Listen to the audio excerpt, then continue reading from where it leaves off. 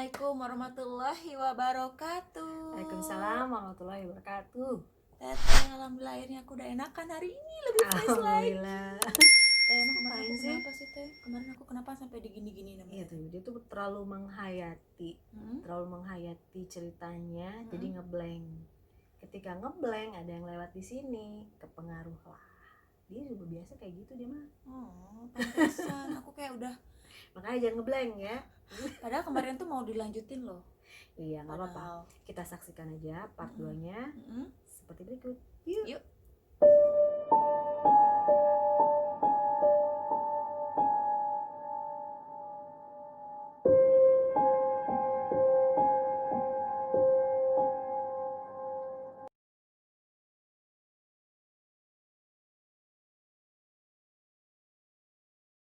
Nah, sekarang ini pertanyaannya adalah kapan Teteh mulai menyadari bahwa sesungguhnya yang dijumpain Teteh itu bukan sesosok manusia. Itu kapan? Oh iya. Aku menyadari bahwa ada beberapa sosok yang aku temuin atau yang aku ajak main itu bukan orang, itu adalah di saat waktu aku kelas 3 SD mau naik ke kelas 4 gitu. Jadi pada saat itu ceritanya ketika aku pertama kali banget minta gak diantar ke sekolah. Jadi dulu kan waktu TK SD itu aku sering diantar tuh sama om aku gitu kan, lewat jalan besar gitu kan. Nah pas kelas 3 ini kayak agak sedikit malu gitu kalau masih terus diantar gitu kan. Terus aku minta sama om aku gitu, om aku ke sekolah sendiri ya gitu kan. Terus ya udah boleh sok aja kata om aku gitu. Cuman jalannya jangan ke jalan besar ya, jalan ke jalan raya gitu loh. Jalannya lewat motong aja, kamu juga lebih deket. Terus di situ juga nggak banyak kendaraan bermotor gitu. Nah pada saat itu yang kita ambil adalah jalan pintas tapi lewat kuburan Sirnaraga, karena rumah aku di daerah Pajajaran waktu itu. Nah jalannya itu nggak horor sih, jalan itu tuh rame. Mungkin kalau kamu yang tinggal di situ pasti tahu itu ya kondisinya jalan Sirnaraga itu. Cuma memang sampingnya tuh bertepatan sama kuburan aja gitu. Cuman orang lalu lalang di situ.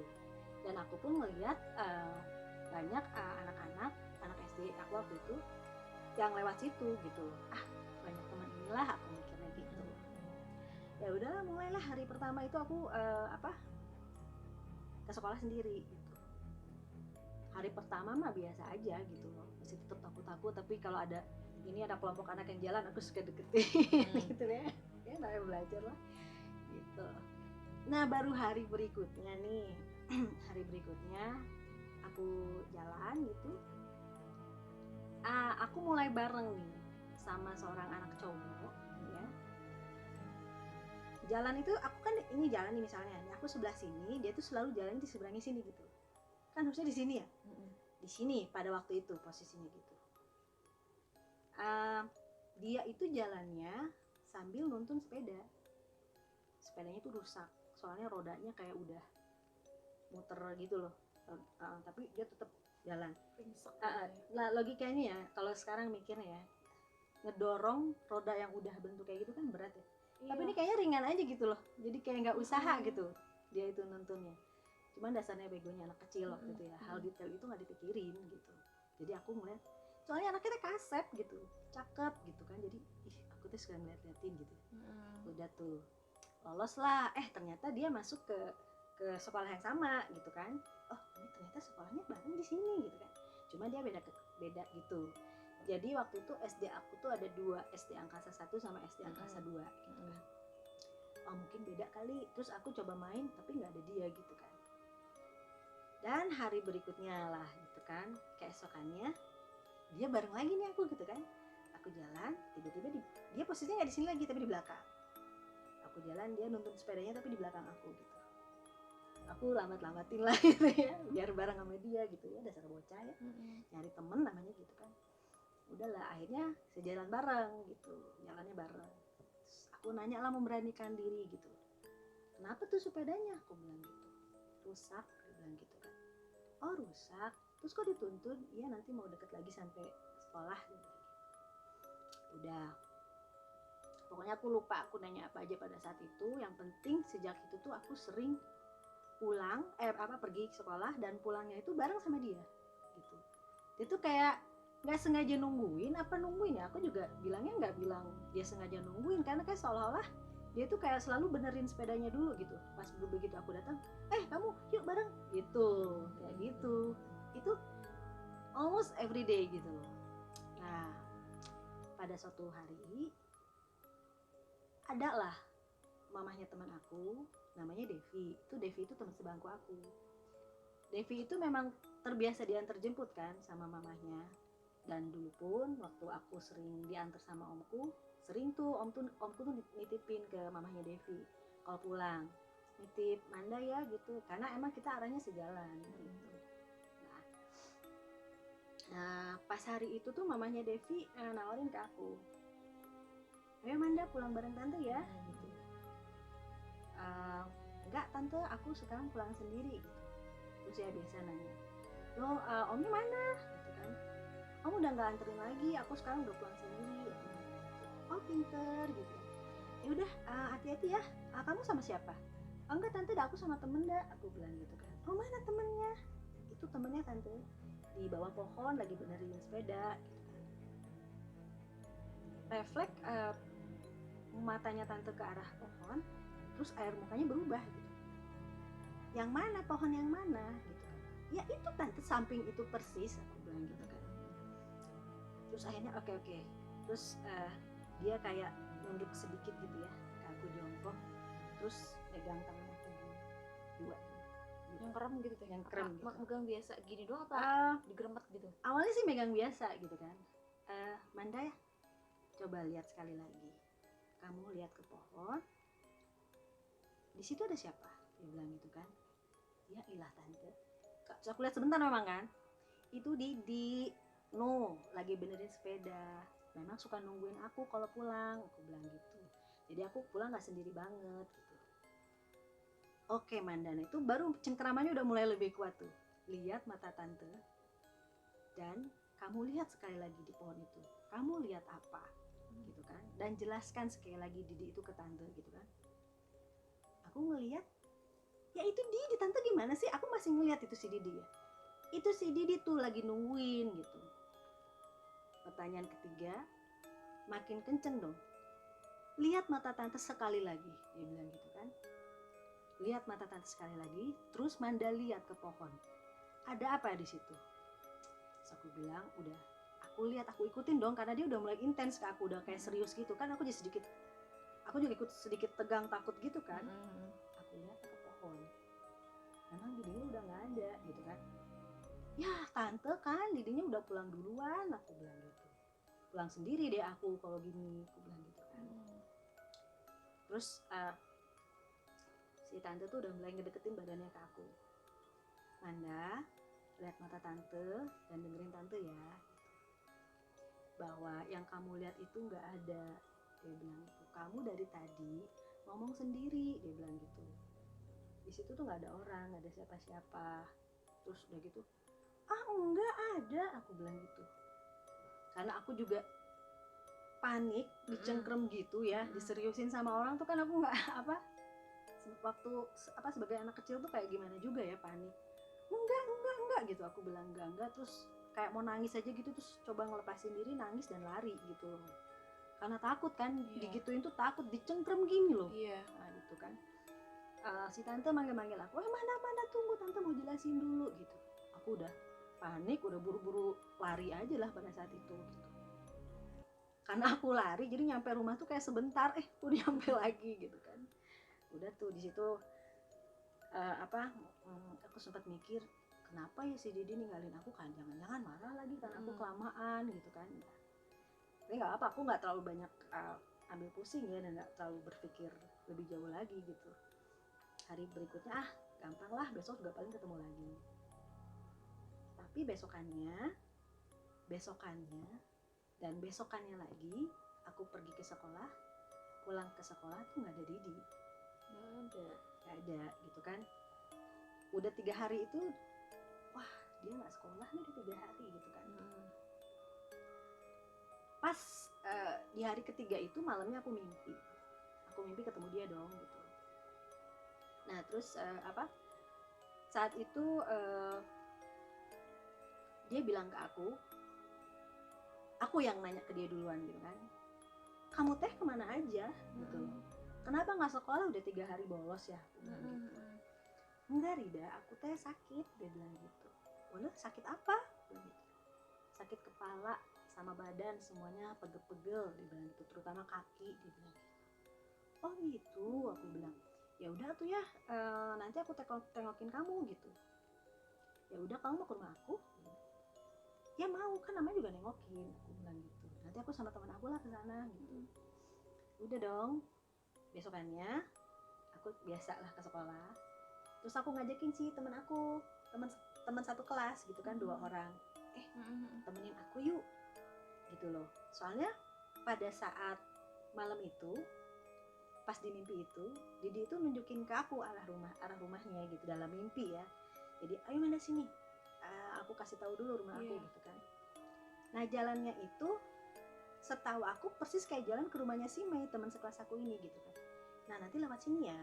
Nah nanti kalau lewat sini, terus aku gimana ingetnya, aku bilang gitu. Soalnya ada perduaan gitu, pertigaan ya. Pertigaan. Tenang, nanti kamu lihat ini ada aku potekin nih pohon di sini nih, dahannya dipotek sama dia.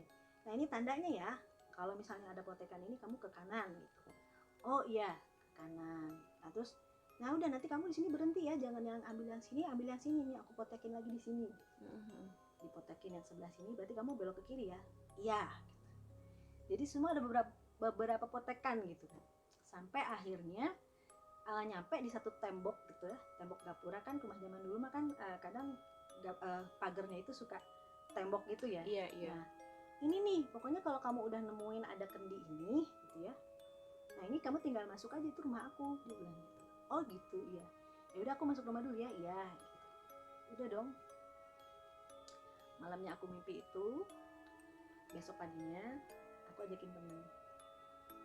Karena perasaan aku, wah ini rumahnya sih deket rumahnya si Mei gitu, si Melanie gitu kan. Udah, aku ajak Mei, aku nanti pulang bareng kamu yuk, sekalian mau nengokin temen aku gitu. Jalanlah kita bertiga kan. Jalan kita bertiga, nemu itu perduaan itu seperti yang dimimpi gitu. Pertigaan seperti yang dimimpi. Kemana lagi nih, Man? Oh tunggu, lihat dulu potekan. Aku bilang, oh ini ada potekannya nih, kita ke kanan gitu. Yang dasar bocah ya, kan kalau kita mikir logika, itu potekan kan adanya di mimpi, tapi kok di nyatanya ada gitu. Nggak mikir deh bocah ya. Oh ini ada potekan, oh itu di situ, lewat itu. Nah, akhirnya sampailah kita pada tembok yang berkendi itu. Temen aku 2 udah ribut aja, mana sih rumahnya gitu, ini kita jauh loh, ini udah masuk ke kuburan gitu. Enggak, pokoknya kita tinggal nyari tembok yang ada kendinya, aku bilang gitu kan. Iya tapi ini bukan rumah, ini kuburan. Ya mungkin di ujung kali rumahnya, aku bilang gitu. Dan 2 temen itu ngikutin aku lagi gitu kan, masuk ke komplek kuburan gitu. Ya udah, akhirnya kita masuk ke komplek kuburan gitu. Akhirnya nemu tuh tembok yang ada kendinya, tapi bukan tembok rumah, tapi kayak tembok area kuburan keluarga gitu, yang ada pagar-pagar kecilnya itu kan. Nah di atas itu tuh bentuk gapuranya itu ada kendinya, isinya air sama kembang, kayak buat kita mau ziarah gitu. Iya ziarah, terus nanti ini kayak gitu. Marah-marah dong temen aku, ketakutan nih si yang 2 orang ini gitu. Akhirnya panik tuh kan, karena yang namanya anak kecil itu adalah kita panik di saat kita nyasar. Jadi waktu itu tuh kan Banda kita nyasar gini panik gitu kan, udah mau pada nangis itu semua gitu kan. Yang satu udah keluar air mata tapi berusaha digini-gini gitu. Cuman untungnya ada tetangganya si Mei ini gitu, kan kamu ngapain main kuburan, ayo pulang gitu kan. Ya ini soalnya mana nih aku kesini, jadi aku jadi kesasar gitu kan. Aduh aku juga ya gue disalahin deh gitu kan. Itu kondisi bingung pada saat itu ya, mau gimana lagi, aku terima aja kan gitu. Tapi masih muka tuh bingung, inget banget waktu kecil itu. Udah pulang, dimarahin lu sama emak lu gitu kan. Pulang, Ya bener juga, begitu sampai ke rumahnya si Mei aku dimarahin abis sama mamanya. Kamu jangan bawa-bawa ke tempat-tempat ini ya, Orang nanti lain, diculik loh, baru rasa loh. Iya. Rumahnya gimana gitu? Ayo rumahnya di mana nih tante, anterin. Enggak, tante pulang sendiri aja. Kan udah takut ke dimarahin juga kan. Besok-besok jangan ajak-ajak lagi Mei ya. Kamu main-main sendiri aja, nanti Main biar kesasar sendiri. sendiri kayak gitu. Aduh, aku sedih banget loh di situ. Aduh ya Allah, Didi kok dimarahin kayak gini gitu kan. Yang di situ aku akhirnya sebel sama si Didi kan. Wah, Didi kok gini sih ngomongnya ke rumah tapi kok nunjukin aku kuburan gitu kan. Udah. Nah, sebelumnya kita nyampe ke rumah Mei itu, pas di area kuburan itu aku sempat kan penasaran ya. Masa iya sih si Didi ngasih ke aku alamatnya kok kuburan gitu. Terus aku sempat masuk dan memang kan semuanya itu nisannya itu kata surya gitu banyak ya. Nah, terus mataku melirik ke kiri karena itu ada kuburan lebih kecil di situ. Refleks aku ke kiri, aku jongkok, aku kibasin itu daunnya. Ya udah, di situ aku lihat nama Dimitri Kartasurya. Oh, mungkin namanya Didi itu ini kali, aku bilang gitu kan. Ya udah sih, aku pulang dengan lesu gitu kan. Habis dimarahin, pulang sampai rumah juga dimarahin juga. Kamu kemana aja gini-gini dasar, jam segini baru pulang gitu. Intinya aku sedih lah pada saat itu gitu kan. Di saat aku sedih sampai ke bawah tidur tuh, pernah nggak sih kalian ketika kalian sedih sampai ke bawah tidur gitu? Nah, aku tidur dan di situ aku mimpi Didi lagi. Aku marah-marah di situ. Kamu bohong gitu. Katanya kamu sakit, suruh aku ke rumah kamu, ternyata malah nunjukin ke kuburan, jahat. Aku bilang gitu. Aku jadi dimarahin gini gitu. Terus dia bilang, emang itu rumah aku kok sekarang, dia bilang gitu kan.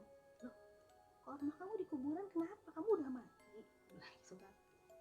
Iya, aku udah mati. Terus dia cerita, waktu itu ke sekolah, terus pas belokan aku ditabrak, padahal jalannya lagi diem. Mungkin orang mobil tuh kaget kali ya. Jadi ya kalau belokan gitu kan mobil kaget, dia muncul ada mobil gitu, wassalam lah gitu. Ceritanya gitu. Memang kaki-kakinya, badannya tuh hancur karena kejepit mobil hardtop. Jadi badannya tuh sakit dan kepalanya pecah gitu. Makanya bilang ke aku sakitnya sakit kepala, sama badannya pegel-pegel. Ya udah sih, pas aku akhirnya terus aku ngobrol. Ya nangis dong. Bukan nangis ya, soalnya oke lanjut. Jadi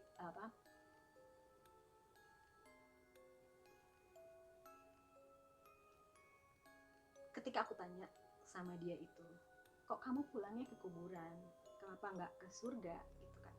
Karena kalau aku diajarinnya sama nenek gitu, kalau orang meninggal itu pasti pulangnya ke surga gitu.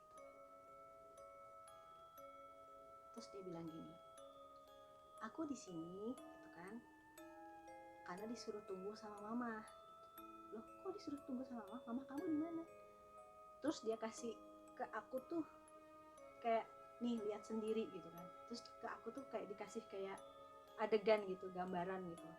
Jadi aku bisa ngelihat ke rumahnya dia, aku bisa lihat ibunya, papahnya, sama adiknya gitu kan.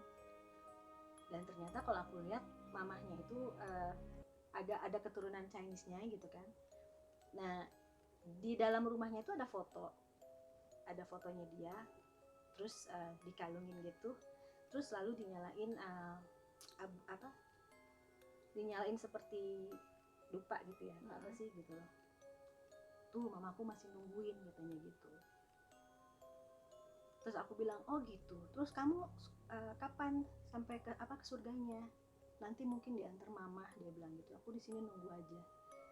Cukup sampai di situ konsep aku tentang kematian gitu kan. Oh jadi gitu Kak, jadi kalau orang mati itu bisa nunggu dulu di kuburan gitu.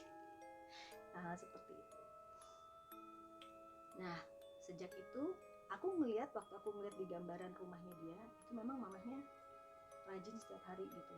Jadi kayak kalau aku simpulkan sih ya, mungkin mamahnya belum ikhlas dengan kepergian Didi gitu. Jadi si Didinya juga merasa dia masih ditungguin sama mamanya, karena secara kalau Corinnya anak kecil itu kan dia suka nggak sadar kalau udah nggak ada gitu kan, jadi dia berasa masih ada di situ, apalagi ketika pihak keluarganya masih sulit untuk melepaskannya gitu loh, masih sering di apa, nggak bisa menerima kepergian gitu ya. seperti itu. Akhirnya setelah besar sih aku menyimpulkannya seperti itu, kayak gitu sih. So far aku cuma bisa kirim Al-Fatihah buat Dimitri Kartasurya karena dia adalah paling sosok paling berkesan di aku, karena dialah yang membuat aku sadar gitu bahwa oh ternyata yang aku lihat itu nggak sama sama orang lain gitu. Terutama aku terima kasih sekali sama mamanya Devi ya, sudah membuka pandangan aku bahwa nggak semua yang aku lihat itu orang lain juga lihat gitu. Itu aja sih pertama kali aku menyadari bahwa yang aku lihat itu bukan orang.